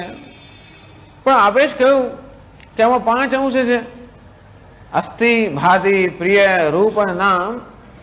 તો અસ્થિ ભાતિ પ્રિય એટલે બ્રહ્મ અને નામ રૂપ એટલે નામ. ચલો એ બે વચ્ચે તો ભેદ ખરો ને. ચલો બીજું સત નથી માટે સજાતીય ભેદ નથી, સતમાં અવયવ નથી માટે સ્વગત ભેદ નથી. પણ એક સત છે અર્થાત બ્રહ્મ છે અને બીજું જગત છે નામ રૂપ છે, એ બે વચ્ચે તો ભેદ ખરો જ ને. પેલું જળ છે ને આ ચેતન છે, ભેદ ખરો કે નહીં? અનંત છે આ કેવું છે? અંત વચ્ચે ભેદ ખરો કે નહીં? ભવતુ તરહી વિજાતીયાદ ભેદ ઇતિ આશંક્ય. સતઃ વિજાત એ તો જાણે કે જુદે ટ્રેક પર લઈ જાય છે આપણે અહીંયા આગળ. પણ આપણે ચર્ચા કરીએ આગળ કે નામરૂપ અને સત વચ્ચે ભેદ છે કે નહીં. ભેદ ક્યારે કહેવાય? અન્યોન્ય અભાવ. આમ ઘડો અને ખુરશી વચ્ચે ભેદ છે. કેમ કહીએ? ઘડામાં ખુરશી નથી, અરે ટેબલ ને ખુરશી, ટેબલમાં ખુરશી નથી, ખુરશીમાં ટેબલ નથી. પણ ટેબલ અને લાકડા વચ્ચે અન્યોન્ય અભાવ છે તો કે ના. ભલે લાકડામાં ટેબલ નથી પણ ટેબલમાં લાકડું નથી એમ ના કહેવાય. એ ટેબલ ને લાકડું એકબીજા કરતા જુદા છે એવું ના કહેવાય. એટલે ટેબલ ને લાકડા વચ્ચે સજાતીય કે વિજાતીય ભેદ છે, વિજાતીય ભેદ છે એમ ના કહી શકાય. અંતે રીતે અસ્થિભાતી પ્રિય અને નામરૂપ, આ નામરૂપ જગત થયું. અસ્થિભાતી પ્રિય શું થયું? બ્રહ્મ. આ બ્રહ્મ ને જગત એકબીજા ભિન્ન છે. બ્રહ્મમાં જગતનો અભાવ છે, પણ જગતમાં બ્રહ્મનો અભાવ છે તો કે ના. ટૂંકમાં નામરૂપ પર અસ્થિભાતી પ્રિય વગર સંભવી શકે તો કે ના. અસ્થિભાતી પ્રિય નામરૂપ વગર સંભવી શકે, પણ અસ્થિભાતી પ્રિયમાં નામરૂપનો અભાવ છે.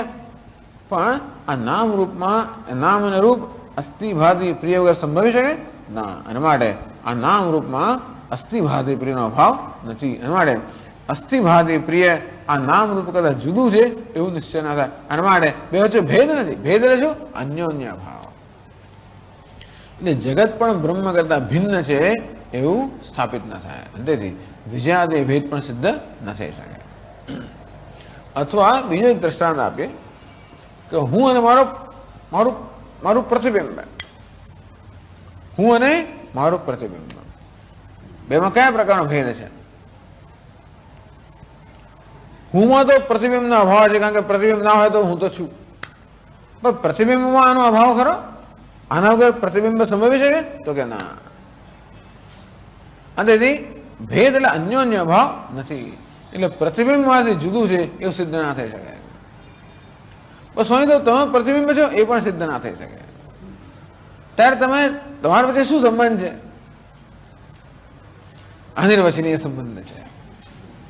પણ ધારો તમે રૂમમાં ઉભો હું અને 10 બધા અરીસા હોય અને 10 બધા પ્રતિબિંબ પડતા હોય, ધારો કે મારે ચા પીવો હોય તો કેટલા કપ ચા આપણે ઓર્ડર કરવી પડે? 11. કેટલા કપ ચા ઓર્ડર કરે? 1 જ. ભલે 11 દેખાતો હતો પણ કેટલી ચા જોઈએ? 1 જ કપ જોઈએ. એ શું બતાવે છે કે તે 11 દેખાય છે પણ 11 નથી, 1 જ છે. એના માટે આપણે ગણવા હોય તો કેટલા ગણવા પડે? ત્યાં 1 ગણ્યો એટલે બાકીના 10 ગણાઈ ગયા કે નહીં? કારણ કે બાકીના 10 આ 1 કરતા ભિન્ન નથી.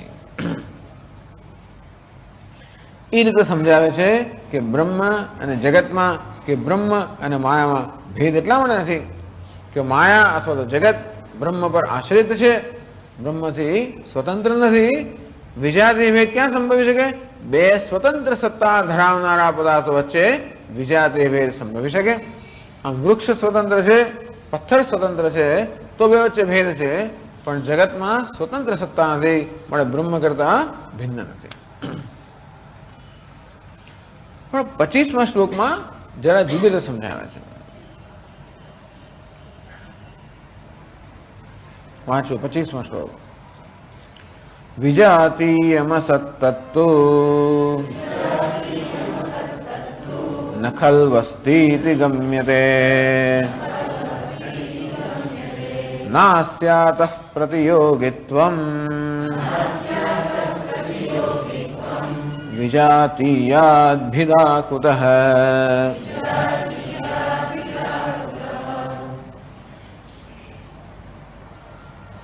હવે જો હું લખું અહીંયા બોર્ડ પર કે સત કરતા વિજાતીય ભેદ ક્યારે? સત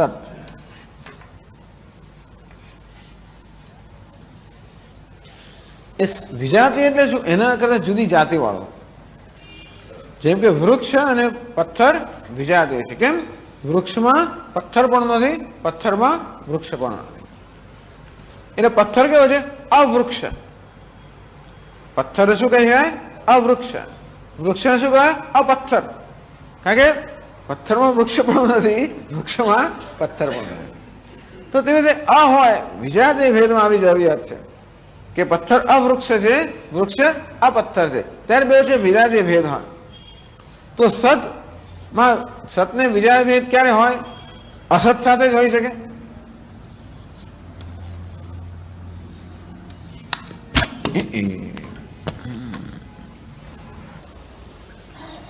આમ આવું ધારો કે અસત નામની વસ્તુ હોય તો સત કરતા જુદી છે એમ નક્કી થાય. તો અસત એટલે શું?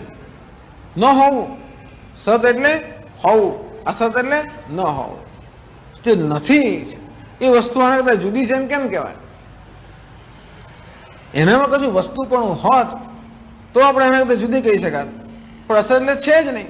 જે છે નહીં એના કરતા જુદું કેમ કહી શકાય? એટલે અસત આપણે કહીએ વિજાતીય એટલે શું? અસત. અસત એટલે નથી. એ નથી એ કોઈ વસ્તુ બીજાની વિરોધી ન હોઈ શકે. બે વિરોધી વસ્તુ વચ્ચે વિજાતીય ભેદ હોય. વિરોધી એટલે શું? કે આ ટેબલ ને ખુરશી વિરોધી છે, કારણ કે અથવા પુસ્તક ને ટેબલ વિરોધી છે, કારણ કે પુસ્તક ટેબલ ને પોતાની પાસે એમાં પ્રવેશ ના કરવા દે, ટેબલ પુસ્તક એમાં પ્રવેશ ના કરવા દે. બંને કેવા છે? ભિન્ન ભિન્ન. પણ અસત જે છે નહીં એ કશાનો વિરોધ ના હોઈ શકે. એક વસ્તુ જે છે એ બીજી હોવાની છે એવી વસ્તુનો વિરોધ હોઈ શકે, પણ અસત એટલે નથી. અંતે જે નથી એ વસ્તુ સતની વિરોધી ન હોઈ શકે. અને માટે સતનો વિજાતીય ભેદ ના હોઈ શકે. આવી રીતે સિદ્ધ.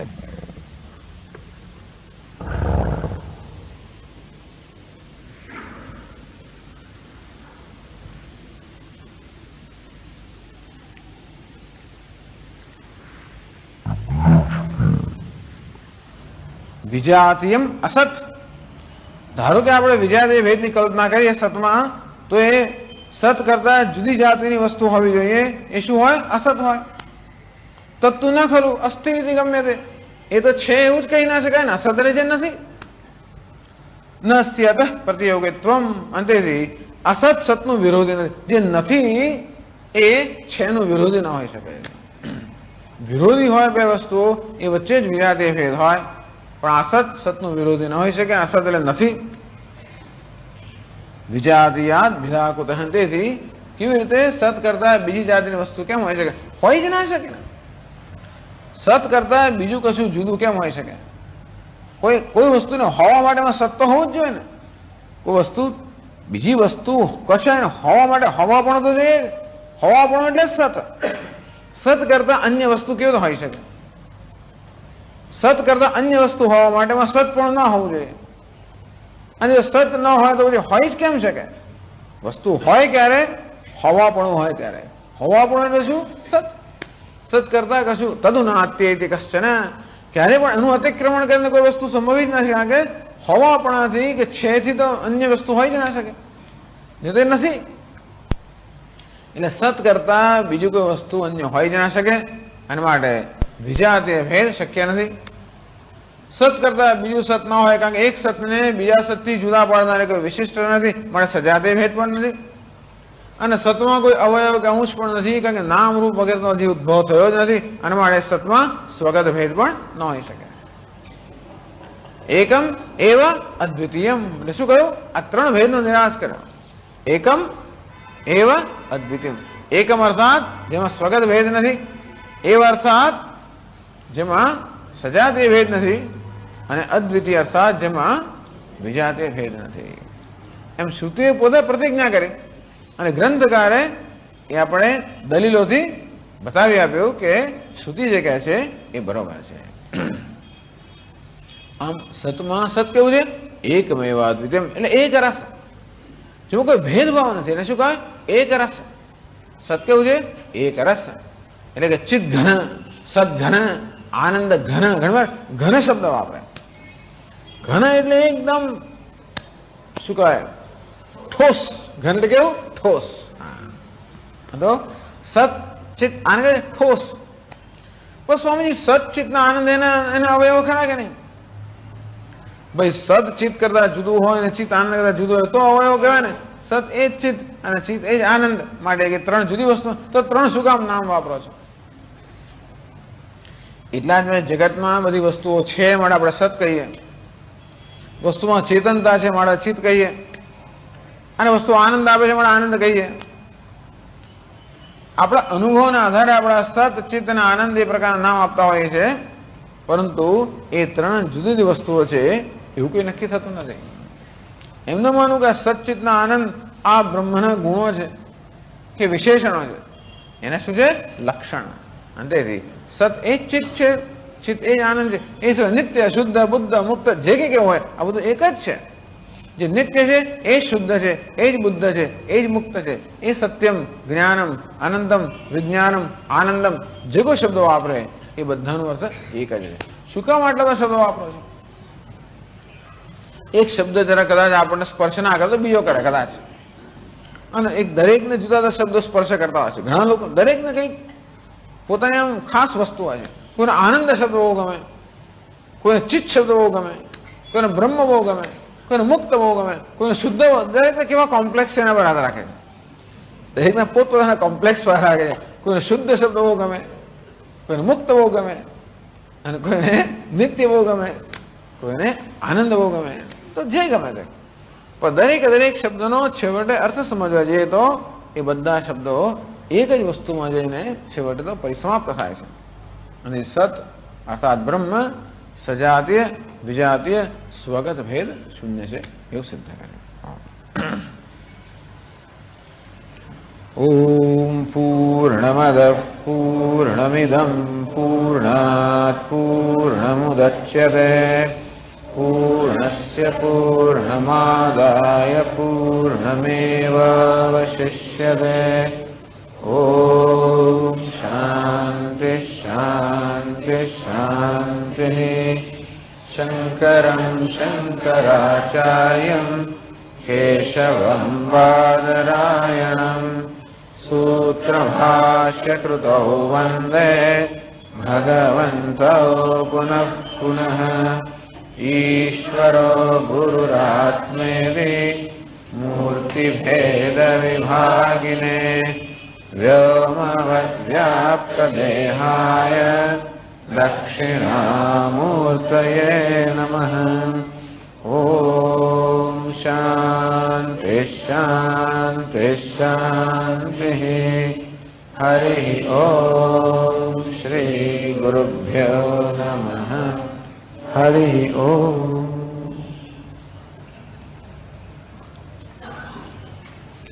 હવે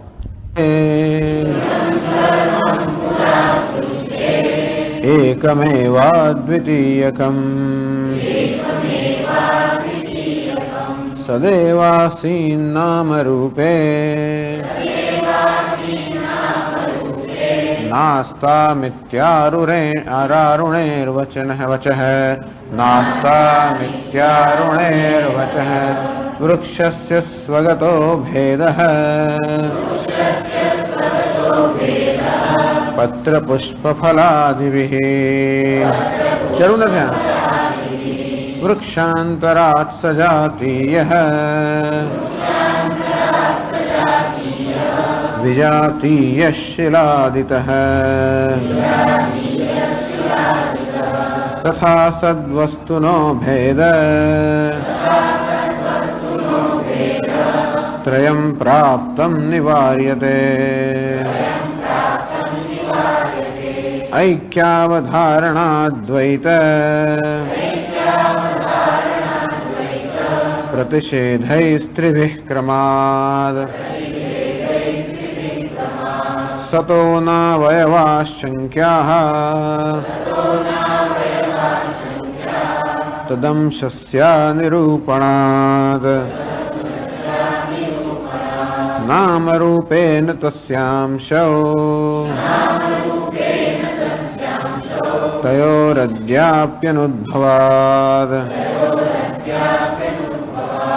नामरूपोद्भवस्यैव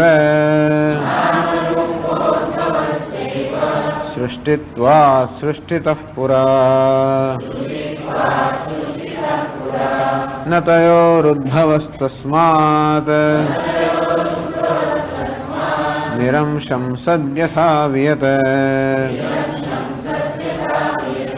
सदन्तरं सजातीयं न वैलक्षण्यवर्जनात्. नामरूपोपाधिभेदं विना नैव सतोभिदा. विजातीयमसत्तत्तु न खल्वस्तीति गम्यते. नास्यातः प्रतियोगित्वं विजातीयाद्भिदा कुतः.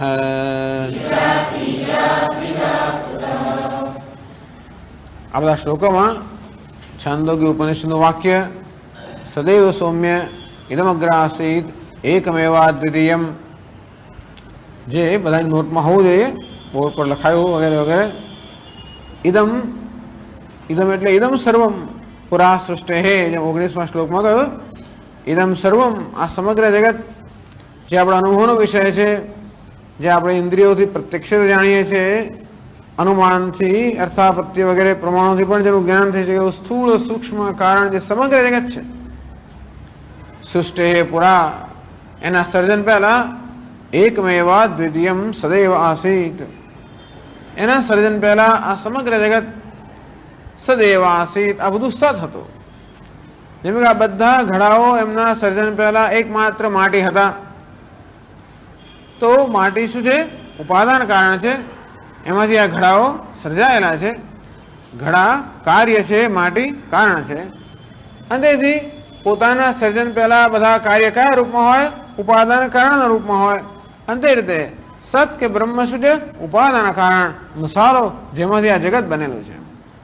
અને તેથી આ સમગ્ર નામ રૂપાત્મક જગત એના સર્જન પહેલા સત હતું, બ્રહ્મ હતું. ત્યાં સત શબ્દ વાપરે. સત એટલે હોવું, હોવા પણ, અસ્તિત્વ, માત્ર શુદ્ધ અસ્તિત્વ સ્વરૂપ હતું. એ સતમાં અત્યારે નામ રૂપ દ્વારા વ્યક્ત થઈ રહ્યું છે. જેમ પહેલા એક માત્ર માટી હતી, એ જ માટી હવે નામ રૂપ દ્વારા વ્યક્ત થતી હોય તો એને ઘડા અને શકોરા અને જાત જાતના જેમ નામ આપવામાં આવે. ભલે અનેક દેખાય છે, અનેક બધા ઘડાઓ છે, અનેક બધા શકોરા, એવા બધા માટીના પાત્રો હોવા છતાં પણ તત્વની દ્રષ્ટિએ જો તો એકમાત્ર માટી જ જેમ છે, તેમ અત્યારે પણ નામ રૂપની દ્રષ્ટિએ અનેક જડ અને ચેતન, અનેક આ બધું અનેકાત્મક જગત જણાતો હોવા છતાં પણ તત્વની દ્રષ્ટિએ એ સત અસ્તિત્વ બ્રહ્મ જ છે. એકમેવા દ્વિતીયમ, એક અને અદ્વિતીય, અર્થાત એ સતથી અન્ય કંઈ જ ન હતું. નામ રૂપે ન આસ્તામ, આ નામ રૂપ જે અત્યારે આપણે જણાય